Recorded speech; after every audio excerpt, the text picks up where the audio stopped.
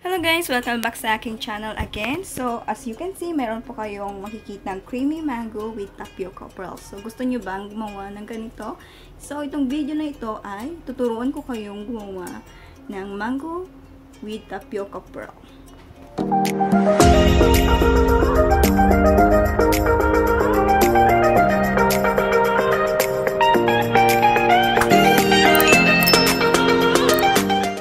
Paano ba gumawa ng creamy mango with tapioca pearl? So, ayan guys, ito muna ang ating mga sangkap. Dapat meron po tayong dalawang mango. Ayan. Meron din po yung Indian mango or kahit anong mango basta hinog. And then, second is pomelo. Ayan po. Kung may pomelo po kayo, pwede rin po yung puti, pero mas maganda po ang pula. Ayan po ang ating tapioca pearl. Maliliit lang po ang ating gagamitin guys para sa ating creamy mango with tapioca, no? And then coconut milk. Ayan, namamaos na. So, ayan ang kailangan natin, no? So, and then milk po 150 ml din po ang ating gagamitin na gatas. And then sugar 100 grams of sugar. And then, pagkatapos po niyan is, ayan, magluluto na po tayo, guys. So, first, ayan, 100 grams of tapioca pearl ang iluluto natin. So, ayan, dapat po 2 liter of water ang pagluto ng tapioca pearl. So, ayan guys, 15 minutes, lutuin natin siya. And then, pagkatapos po niyan, maluto ng 15 minutes, eh, pwede nating patayin ang ating apoy, apoy tuloy, yung stove. And then, cover po natin siya within 8 minutes. And then, yan na po, pure transparent na po ang ating tapioca pearl. As you can see in the picture, diba? And then, pagkatapos po niyan, lagyan po natin ng cold water, hugasan po natin siya hanggang sa ano na siya, very cold down na niya. Ayan guys, so ilagay na natin siya sa ating bowl. And then, after that guys, prepare na natin ang ating mango, coconut milk, ayan, pomelo, and then tapioca pearl. Ganito po yung pomelo namin. Hindi po yan orange ha. And then, ayan guys. So, first, laki ng mango na.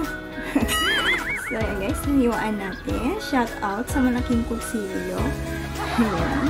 So, be careful sa paghawak ng kutsilyo. Dapat matalim po ang gamitin natin para hindi po masira ang ating mango. Ayan guys, ang paghiwa. Left and right ang paghiwa, no? Ayan, be careful lang po, dahan-dahan na hanggang sa maiwan na lang po ang buto, yung middle part, no? Ayan guys, sobrang talim, ang gandang tingnan, diba? And then, set aside natin yung middle part. Katapos niyan ay hiwain na natin, no? Po, hiwa-hiwain natin guys hanggang sa madali po siyang mag-peel, no? And then, ayan guys, next natin yung isa din. Ayan. So, ayan, be careful ulit sa paghawak ng kutsilyo guys. And then, ayan. So, gamitin natin ang maliit na kutsilyo pantanggal, no? Ayan, be careful po. Ayan guys, ang pantanggal ng ating mango, no? Ayan, nahulog. Ayan, tig-isan natin hanggang maiwan ang kanyang balat, no? Hindi yan masasayang guys, kasi madali lang po siyang balatan. Ayan. Then, tig-isa po hanggang sa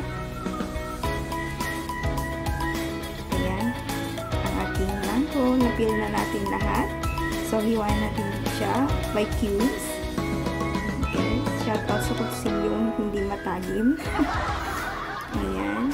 So, cubics po siya. Dapat hindi masyadong malaki at hindi rin po masyadong maliit. No? Ayan, yung bowl natin. So, dyan, sa top ng stove. Ayan. Then, hiwain natin pa konti-konti.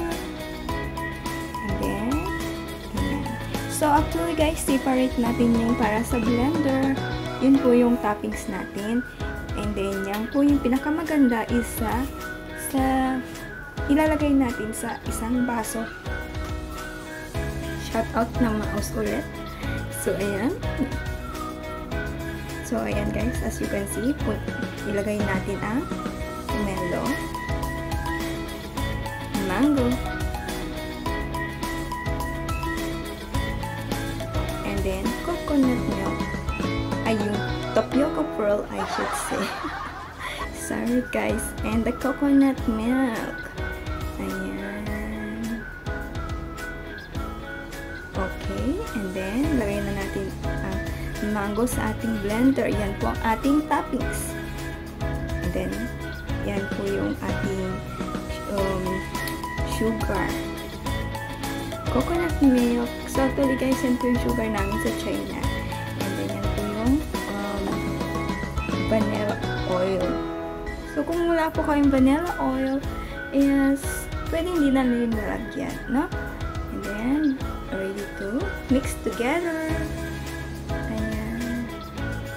And then, lagay na natin sa ating baso. Ayan. Super ganda, guys.